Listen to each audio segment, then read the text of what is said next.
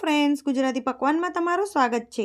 આજે આપણે બનાવીશું માત્ર 2 જ મિનિટમાં ઇન્સ્ટન્ટ વરિયાળીનું શરબત। આ શરબત ઉનાળાની ગરમીમાં ઠંડક આપે છે, સાથે પાચન શક્તિમાં પણ વધારો કરે છે। તો ચાલો વરિયાળીના શરબતની રેસીપી જોઈ લઈએ।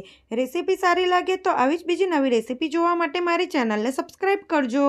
વરિયાળીનું શરબત બનાવવા માટે મીડિયમ સાઇઝનું મિક્સર જાર લઈ તેમાં 50 ગ્રામ દેશી વરિયાળી સાથે 50 ગ્રામ ખડી સાકર, પછી આપણે તેમાં 10 થી 12 નંગ આખા કારા મરી નાખીશું। તો અહીં વરિયાળીની તાસીર ખૂબ જ ઠંડી હોય છે, એટલે મેં અહીં થોડાક કારા મરી નાખ્યા છે। જો તમને કારા મરીનો ટેસ્ટ પસંદ ના હોય તો તમે સ્કીપ પણ કરી શકો છો। પછી તેમાં 3 થી 4 નંગ આખી ઇલાયચી નાખીશું અને હવે બધું જ મિક્સરમાં સારી રીતે બારીક પીસી લઈશું। તો અહીં એકદમ સરસ બારીક પીસાઈ ગયું છે। આ પાવડરને તમે ચાળણી વડે ચાળી શકો છો, પણ હું અહીં નથી ચાળતી। આ વરિયાળી અને સાકરના પ્રેમિક્સને તમે એરટાઇટ બરણીમાં ભરી 1 થી 2 મહિના સુધી સારો રાખી શકો છો।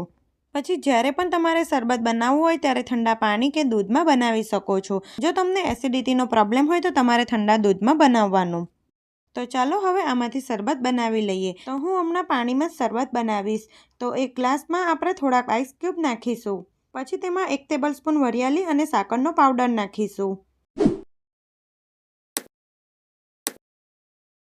પછી તેમાં 1 થી 1.5 ચમચી જેટલો લીંબુનો રસ નાખીશું અને ઠંડુ પાણી નાખી મિક્સ કરી દઈશું।